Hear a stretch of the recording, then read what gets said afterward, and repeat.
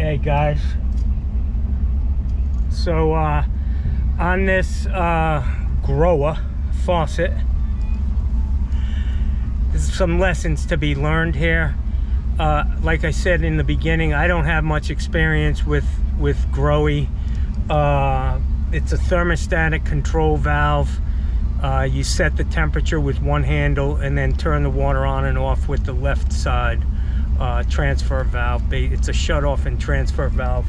But so when on the initial call, you know, they hired a plumber to put the valve in, and it didn't work from the day they put it in. And then he came back, he couldn't fix it. The next guy came, he couldn't fix it. And when I got there, you know, the guy had new cartridges, and he said, I got a cartridge problem, we need to set this temperature.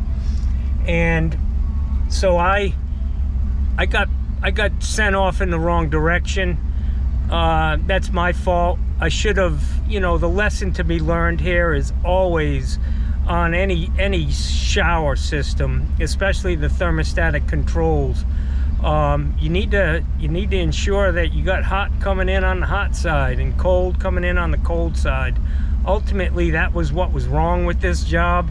The guy, probably the original plumber, piped that shower valve backwards. He had the hot coming in on the cold side and the cold coming in on the hot side, which is not an issue when you have a Moen 1225 cartridge, or even a Posi-Temp. You can just flip it and now you got the hot and cold correct. It's not that easy with a thermostatic control valve. You can't do that. So I spent a couple hours here, and ultimately I had to cut the wall open and flip-flop the hot and cold in the wall, and everything's working fine. And then he says, well, he's like, I got one more thing I need to be done. And he said, like, every 5 days in the master shower, which he's got the same valve over there, a different style, but pretty much the same, different cartridge in that one. But I'm thinking, I need to get the fuck out of here while I got the chance, you know? But anyways, I was like, what's going on? He said, well, every 4 or 5 days the shower stops up and I dump a half a gallon of Drano down it. And I'm like, what the fuck, man? So I go in, and of course he's got this fucking real fancy shower drain, and inside those shower drains now is a little strainer, and creates more problems than it's worth.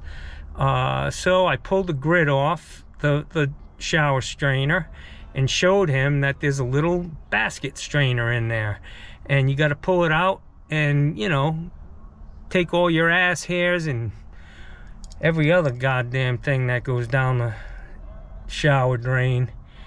And I let him do that.